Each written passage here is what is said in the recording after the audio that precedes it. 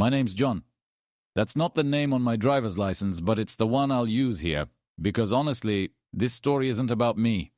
It's about her, my ex-wife. We married young, too young. I was barely out of college, broke, hungry, chasing a dream that hadn't even taken shape yet.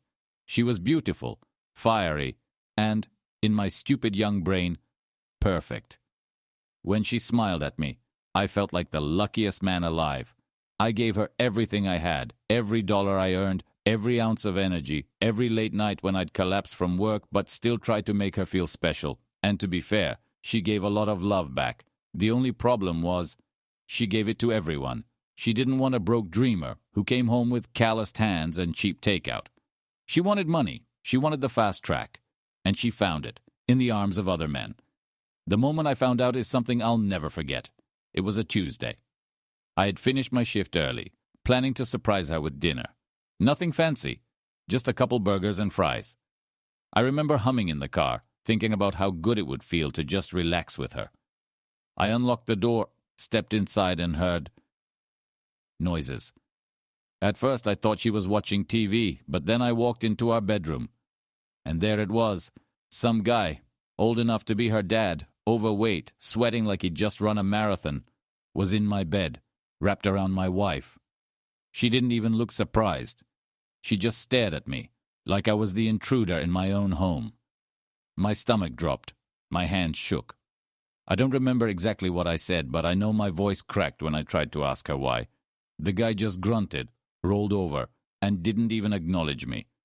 That was the kind of man she'd chosen. The next morning, I was in a lawyer's office. The divorce was quick. Less than a year of marriage, and it was already over. No kids, no shared assets, no mess.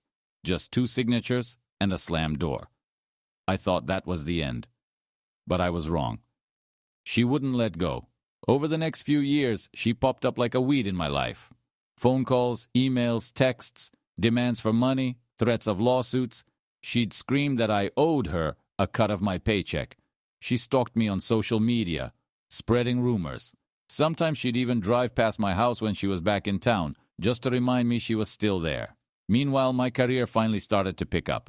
I built a small freight company from the ground up. It wasn't glamorous, but it was mine. I had trucks on the road, contracts coming in, a team that believed in me. I wasn't rich, but I was stable, and she hated it. Every bit of progress I made felt like a slap in her face, and she made sure I knew it. But then, karma stepped in. Her sugar daddy, the guy she cheated on me with, had a heart attack, dropped dead, just like that. And suddenly she was alone, raising their kid by herself. I shouldn't say this, but when I heard the news, I couldn't help but laugh. Not because I wanted the guy dead, no, but because it felt like the universe was finally balancing the scales. She moved across the state after that, and for a while, I thought maybe, finally, this chapter was closed. But then came the moment that still makes me smile to this day. Through a friend of a friend, I found out her kid was starting Little League, baseball. And here's the thing about me. I've always believed in supporting youth sports. I like helping kids learn teamwork, discipline, and confidence. So when I heard the league was looking for sponsors, a little light bulb went off in my head. What better way to gently remind her of me than to sponsor a team? So I wrote the check. And here's the kicker. My company's name is literally my full name, which meant every jersey, every banner, every dugout sign would be plastered with it in giant letters. It was supposed to just be a small jab. Maybe her kids' team would play mine once or twice, and she'd have to sit in the stands watching my name run laps around her. That alone would have been sweet enough. But fate had other plans, because in Little League, kids are assigned to teams at random, and by some cosmic joke, guess whose kid ended up on my team? Yep, hers.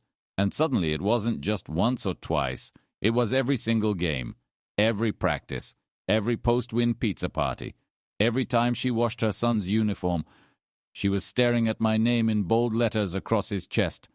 John Smith Transportation. I'll never forget the first time I showed up to watch.